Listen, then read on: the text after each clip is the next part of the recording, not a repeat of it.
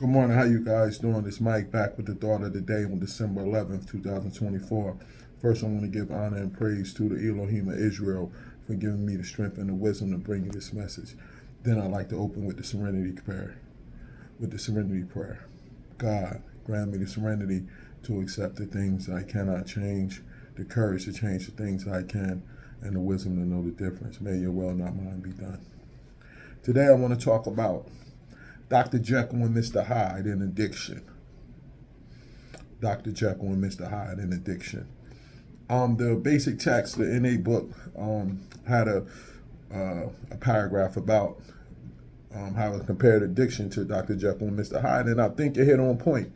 As you know, growing up, there used to be a show with Dr. Jekyll and Mr. Hyde, and it was the same person, but Dr. Jekyll was the doctor all day long, had the good service, and then at night, he turned to Mr. Hyde, which was a crazy lunatic. You know what I'm saying? And I like how they compared the progression of addiction to Dr. Jekyll and Mr. Hyde. I'm going to read it and then we're going to talk about it. It said, certain things followed when we continued to use. We became accustomed to a state of mind that is common to addicts. We forgot what it was like before we started using. We forgot about social grace. We acquired strange habits and mannerisms. We forgot how to work. We forgot how to play. We forgot how to express ourselves and how to show concern for others. We forgot how to feel. While using, we lived in another world. We experienced only periodic jolts of reality or self-awareness. It seemed that we were at least two people instead of one, Dr. Jekyll and Mr. Hyde. We ran around and we tried to get our lives together before our next run. Sometimes we could do this very well, but later it was less important and more impossible. In the end, Dr. Jekyll died and Mr. Hyde took over. Wow. And they hit it on the head with that, man. Because I know in the beginning of mine, I was able to have the double life. I could go to work, do my thing, and then drink and party at night. But as the progression started, then I started to drink soon as I got off work. And then when I retired, it got even worse. When I first retired, I started drinking in the afternoon. And like I always say, 2 o'clock went to 12 o'clock, 12 o'clock went to 10 o'clock. In the end, it was like 9 o'clock in the morning.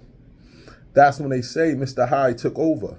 Because as you see throughout the day, as the addiction progresses, Mr. Hyde starts to creep up. So Dr. Jekyll dominated most of the day, and Mr. Hyde only used to get 2 hours, maybe from 7 to 9.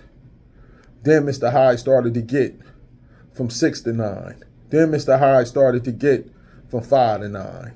Then he went up to 3 to 9. Next thing you know, Mr. Hyde up to 1 to 9. Now Mr. Hyde up to 10 o'clock in the morning to 9 o'clock at night. You know what I'm saying? Then Mr. Hyde just take over the whole day. And you might take a nap in the middle of the day, then get up, and then you still Mr. Hyde. So after a while, Dr. Jekyll just vanished. The regular person that you was able to be before, and then turn into the person that uses or drinks, that person is non-existent no more. Now you just turn into that straight person that just wants to get drunk or get high and run around and do whatever you want to do and feed your flesh. Dr. Jekyll is no longer alive. You know what I'm saying? Mr. Hyde has took over your whole life. And this is a real story, man. It's real how the progression of addiction is and alcoholism. That thing creeps up fast. At first it seemed like that you got control of it and you can still live your regular life and do the things you need to do and only use or drink occasionally. And then after a while, the drinking and the using just takes over your whole life and it consumes you. And now Mr. Hyde controls your whole life and Dr. Jekyll is dead. This is Mike. Enjoy the rest of your day. Shalom.